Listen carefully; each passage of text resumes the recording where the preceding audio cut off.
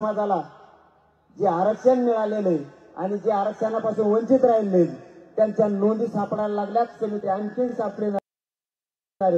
परिवारात महाराष्ट्रातला एकही मराठा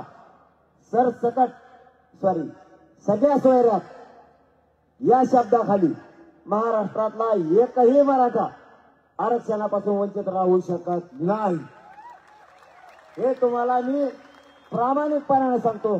आणि जर राहिला तर मी हक्काचा घर आहे तुमचा मुलगा म्हणून पुन्हा ताकदीने आंदोलन उभा करेन, पण मराठा आरक्षणापासून वंचित नाही ठेवणार.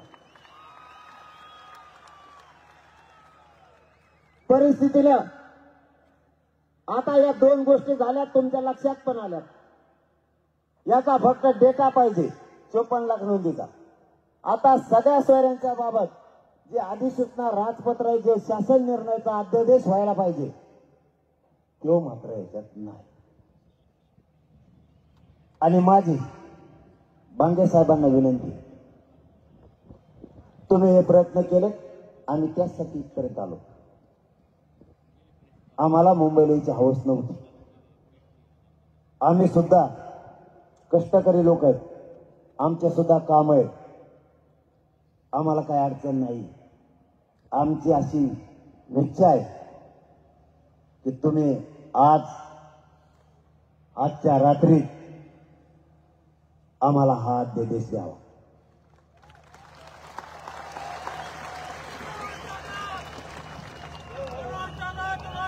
त्यांनी एक याला जोडून आपल्याला दिले. मला सांगणं गरजेचं आहे प्रामाणिकपणाने. अवश्य सांगितलं पाहिजे. पुढे येते मुख्यमंत्री साहेबाचे दाखवली घरी एक उडत आहे. त्याला टाचने आणा ना. आता मोकळं ठेवायचंच नाही, तर पुढं पक्क ठेवायचं. बघून दे.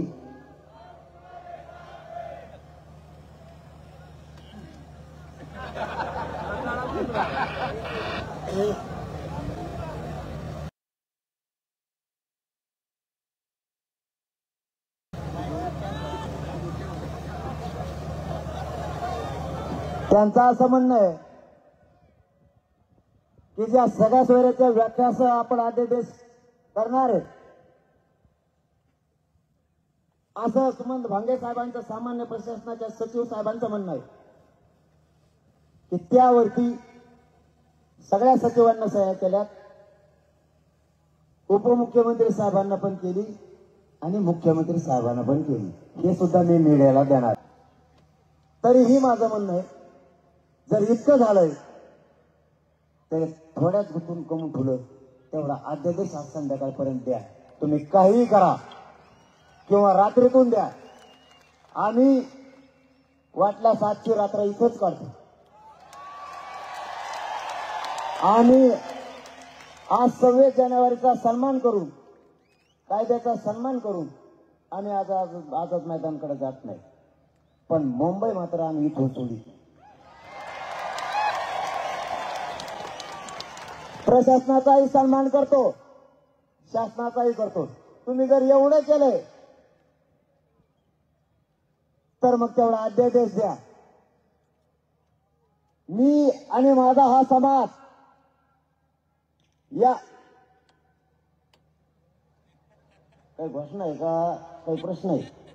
घोषणा हा चलन दे. एवढं जर सरकारनं केलंय तर जे जे शासन निर्णयाने अध्यादेश पाहिजेत मात्र तेवढं द्या. मीही वकील बांधव आणि अभ्यासकांच्या माध्यमातून यावर शब्दावर रात्री याचा किस पाडतो. याच्यात काही आहे का, खुटी खाटी आहे का? काही अभ्यास करतो रात्रभर. तुम्हालाही त्रास नाही ना आम्हाला. आमच्या बांधवांची इथं जेवणाची काय एमसीए काय ते एमसीए मध्ये जेवणाची व्यवस्था करा आमच्या इथल्या मायबाप मराठा समाजानं. आम्ही इथं थांबतो. पण तुम्ही आज रात्री पण त्याच्यात नाही दिलं तुम्ही उद्या आझाद मैदानावर जाणारा. आम्ही या समाजाला न्याय मिळावा आणि सरकारला साथ द्यावं म्हणून एक पाऊल मागे सरकार तयार आहे. तिथे येऊन उपोषण सोडायला तयार नाही, कारण मी उपोषण सुरू केलेले सकाळी 11 वाजल्यापासून.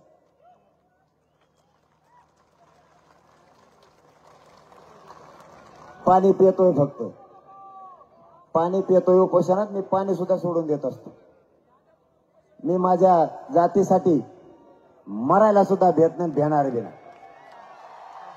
फक्त माझी सरकारला एक विनंती आहे, माझ्या खेड्यापाड्यातून माझा मायबाप मराठा समाज न्यायासाठी इथं आलाय. माझे पोरं या शहरात या जनतेच्या दारात उभा आहेत. लेकरा बाळाला जर पाणी लागलं तर तांब्या भरून पाणी द्या, त्यांना साथ द्या. किंवा जर माझ्या एखाद्या गोरगरीब मराठ्यांच्या पोराला कोणी डावचायचा प्रयत्न केला किंवा अधिकाऱ्याकडून काही त्याला वाईट वागणूक देण्याचा प्रयत्न केला तर महाराष्ट्रातला मराठा समाज झाडून पुसून मुंबईत येईल, हे लक्षात ठेवावं. आणि महाराष्ट्रातल्या मराठा समाजालाही सांगतो, आम्ही आडमुठापणा करायला इथं आलो नाहीत, समाजाला न्याय मिळावा म्हणून इथं आलो. जर आम्हाला काही त्रास देण्याचा प्रयत्न झाला तर महाराष्ट्रातल्या एकाही मराठ्याने घरी न राहता झाडून पुसून सगळ्यांनी करोडोनं मुंबईकडे या. कारण कोणाला त्रास व्हावा म्हणून आम्ही इथं नाही आलो, आमच्या न्यायासाठी आलो. सगळे प्रमाणपत्र द्या, त्याची कारवाई तुम्ही सुरू केली त्याबद्दल आमचं तुमच्याबद्दल आम्ही कौतुकच केलं. त्याच्या परिवारालाही द्या, मात्र परिवारांनी अर्ज करायला सुरुवात करा. समोरच्याला बोलायला जागा नाही ठेवायची, अर्ज दिले नसतील म्हणून. अर्ज द्या, आपले प्रमाणपत्र ताबडतोब निघतील. आणि याला जोडून जर 37 लाख प्रमाणपत्र वाटप झालेत तर सगळ्या सोयऱ्यांना उद्यापासून फायदा होईल. त्यासाठी अध्यादेश आवश्यक आहे. भांगे साहेबांना माझी विनंती आहे, तुम्हाला जितके ताकदीने प्रयत्न करता येईल तितके करा. मुख्यमंत्री साहेबांना, दोनही उपमुख्यमंत्री साहेबांना सोबत घ्या आणि आमच्या सगळ्या सोयऱ्यांचा अध्यादेश आम्हाला आज संध्याकाळपर्यंत द्या किंवा आज रात्रीत प्रयत्न करा. उद्या आम्हाला 11-12 वाजेपर्यंत द्या, मात्र त्यानंतर मग मी आझाद मैदानाकडे जाईल. तुम्हाला आमची लिफ्ट आहे, आमची तुम्हाला साथ आहे. आमचा हेकेखोरपणा नाही. तिथं गेलं तरी आरक्षण घ्यायचं आणि इथूनही घ्यायचंय, इथूनही उठत नसतो मग मी. आणि आम्ही तिकडे जमिनीवर शेतात बसलो तरी मागणी आमची आरक्षणाची. आम्ही इथं आलो आरक्षण घेण्यासाठीच आलो. मला डाटा पाहिजे, याचा अध्यादेश पाहिजे, केसेसच्या बाबतचं पत्र पाहिजे आणि मोफत शिक्षणाच्या बद्दलचा आणि राखीव जागा ठेवण्याच्या बद्दलचा सुद्धा निर्णय पाहिजे. जो अध्यादेश आपण काढणार आहे सगळ्या सोयऱ्यांचा,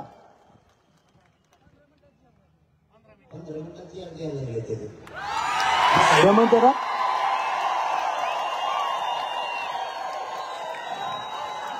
आता, हे म्हणतात बरं का, मी नाही.